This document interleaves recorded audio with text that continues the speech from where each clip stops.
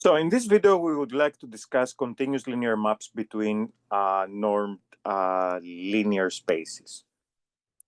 And the reason we're doing this, first of all, we're only interested in continuous linear maps, not discontinuous ones. And if we have infinite dimensional norm linear spaces, then there are plenty of discontinuous maps, but linear maps.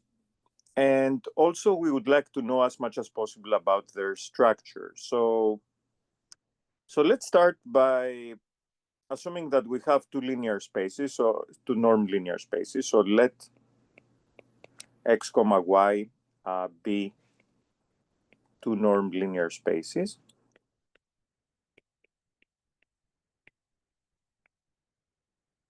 And suppose that we have a map from x to y that preserves sums and scalar products. And let t from x to y be a linear map with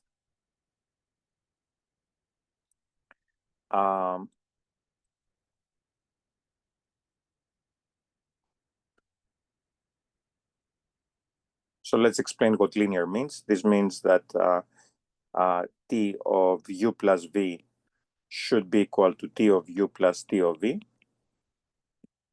And also that t of lambda u should be equal to lambda of t of u. So this is for any u comma v in x, and this is for any u in x and any real number lambda. Okay, so if we have such a map, then it's called the linear map. And now the crucial thing is to try to understand when such a map is continuous. Okay, so here we might want to make a small digression and see what we remember about continuity for functions in the real numbers. So let's recall that, so let's open a small parenthesis. And f from R to R is called continuous at A.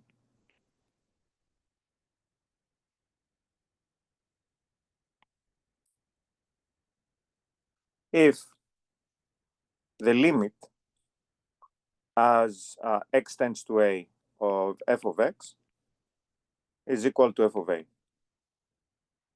Now, there is a way to express this limit by using the epsilon delta definition. So this means that for every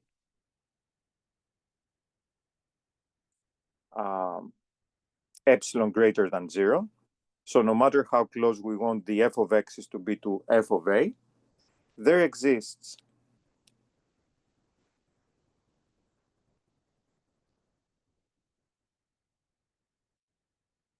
delta greater than 0, such that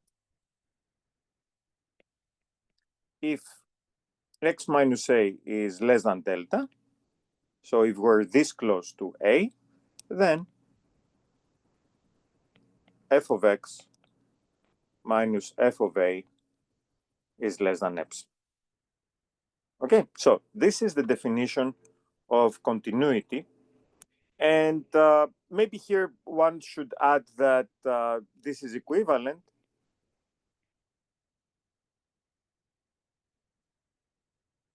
to requiring that if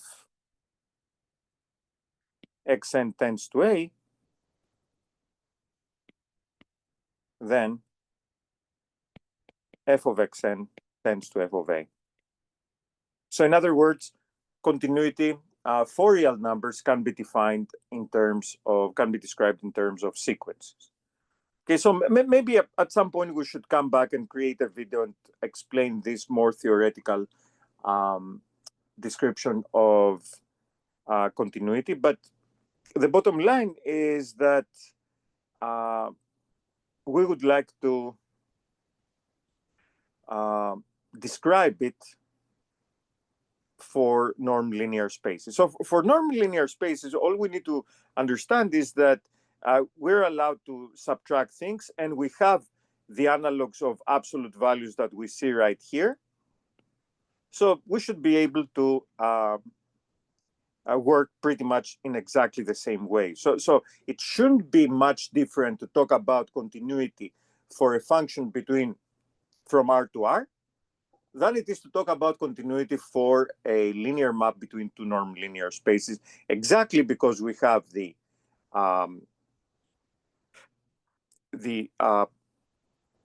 ability to consider differences, and also we have the ability to have an analog of the absolute value. Okay, so the first thing that is important to establish here is that a linear map is continuous on all of x, even only if it happens to be continuous only at 0. And that's because of the linear structure of the map. So first thing to keep in mind here, so proposition.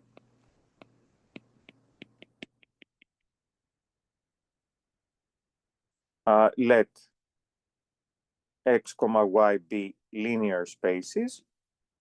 I'm sorry, norm linear spaces.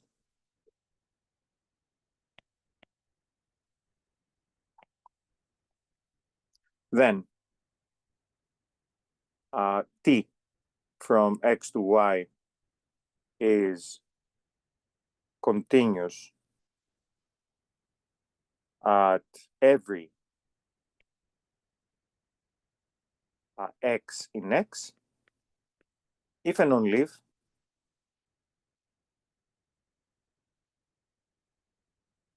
it is continuous at 0.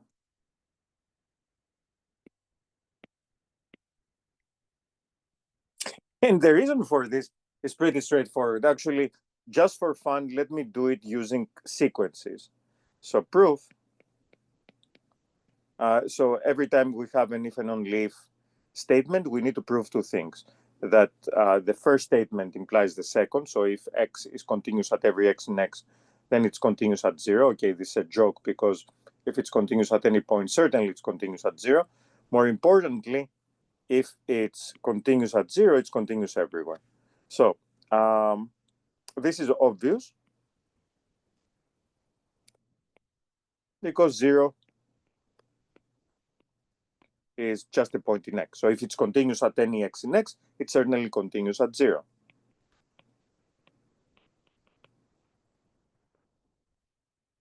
So this is the more interesting one. So let x in x, or let me start by saying, so suppose that t from x to y is continuous at 0, then it is then okay, sorry, let me set things early. Let x be in x. We will show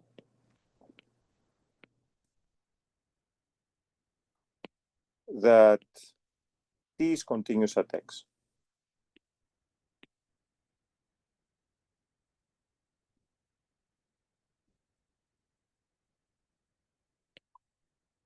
Okay, so for that, all we need to do is start with a sequence xn that tends to x. We want to show that t of xn tends to t of x. Okay, Yeah, but that's really almost immediate, because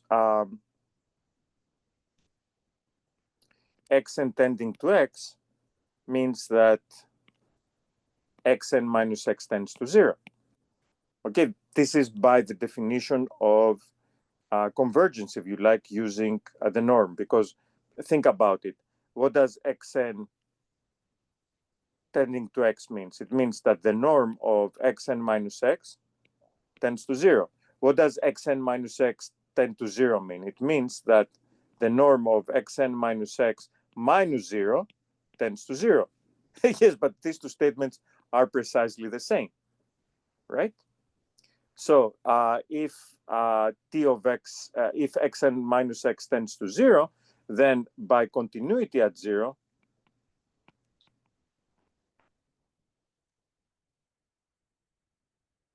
this means that t of xn minus x has to tend to 0. Yes, but this is the same thing by linearity, as t of xn minus t of x tends to 0, which means that t of xn, oops, sorry about this.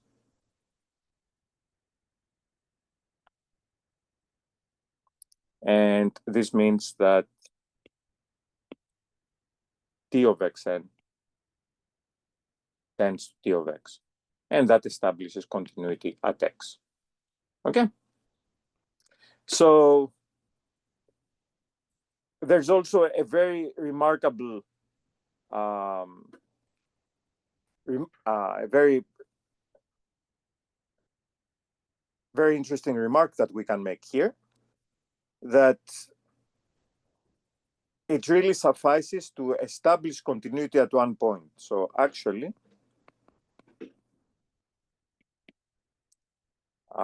t from x to y is continuous if and only if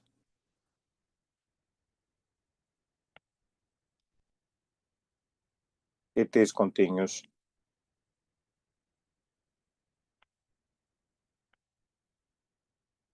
at just some point of x. The idea is simply here that continuity at one point and linearity of the linear map allows you to pretty much establish continuity everywhere. But you will see that we're particularly interested in continuity at 0. So so that's the first thing that we would like to see. And the other thing is that t from x to y is continuous if and only if, and only if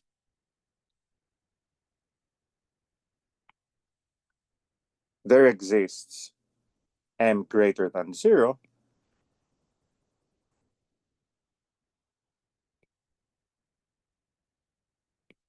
so that t of x, and this is its norm in y, is less than or equal to m times the norm of x as an element of the space x. Okay, maybe I should make this a little clearly so that we all understand that I have the space x and then the element x. So allow me to write it like this. Okay, again, two things to prove here.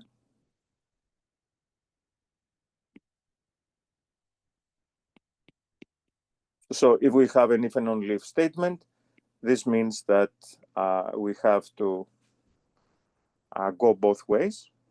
So, and the more interesting one is the direction from the left to the right. So how do we establish this? So suppose that let t be continuous. Then it is continuous at 0.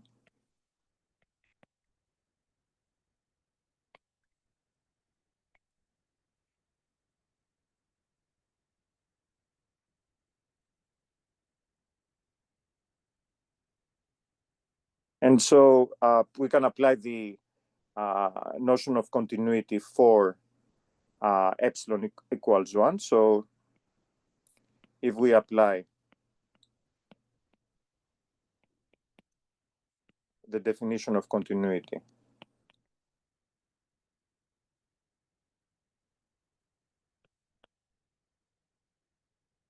for epsilon equals 1, then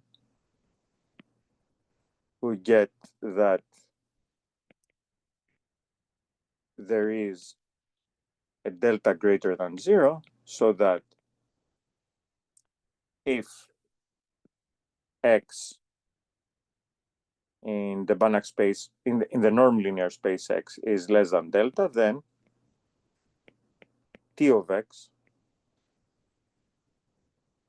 and you see sometimes you will see me write t of x or t of x. Usually both notations are acceptable and quite standard. Okay, usually you put the parentheses when you have to put more things in there. Otherwise, you can just write t of x. So, but in any case, t of x in the y space is less than 1. Okay? Then here there is a little trick. So if x is different than 0, then the vector x divided by the norm of x and scaled by delta over 2 has norm. This is a pretty cool trick. Has norm delta over 2, which is less than delta. This is because we can justify this. This because by normalizing, remember Calc 3, this element has norm 1.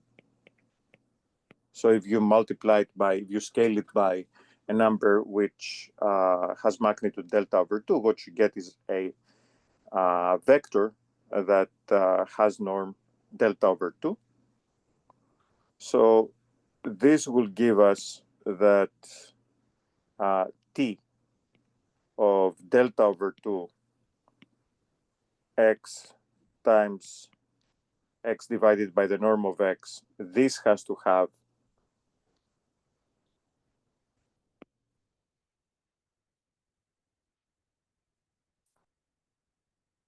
norm in y less than 1 by the definition of delta.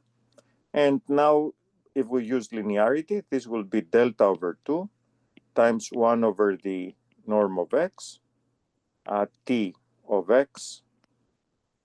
So by linearity, we can push all of these real numbers outside.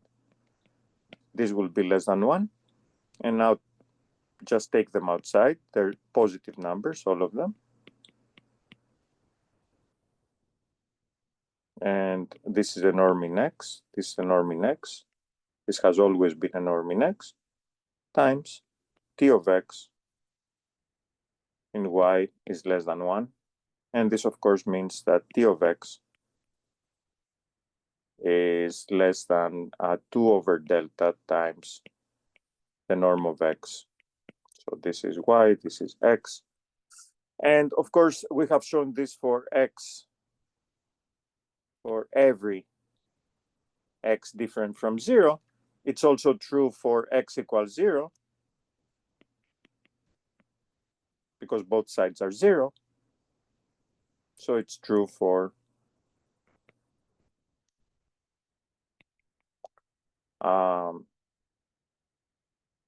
so it's true for, so we established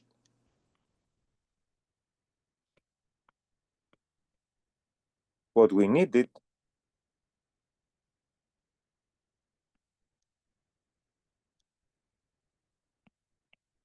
with m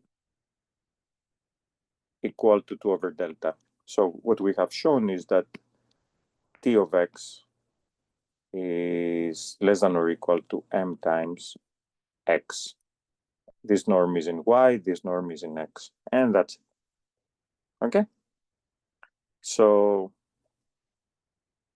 I should have said here, it is also true for x equals 0 with less than or equal, because both sides are equal.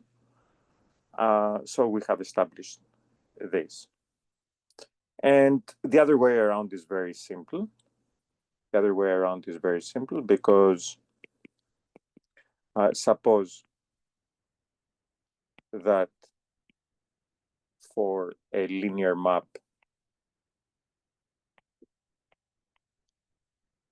t from x to y, there exists m greater than 0, so that the norm of x in x, I'm sorry, the norm of t of x in y is less than or equal to m times the norm of x in x, then if xn tends to 0, we have that t of xn in y is less than or equal to m of xn, which means that this will tend to 0. And this, of course, means that t of xn tends to 0. So t is continuous at 0. Hence, t is continuous. Okay, so, and this is a very important thing. So we have established that the linear maps that are continuous are precisely the maps for which there exists an m greater than 0. This symbol means exists, such that t of x, its norm in y, is less than or equal to m times x. So in our project, we will be interested only in such linear maps. We don't want to consider any other maps. Between finite dimensional spaces, or if x is finite dimensional, this is always true. So any linear map defined on a finite dimensional space is automatically continuous. So if x is finite dimensional,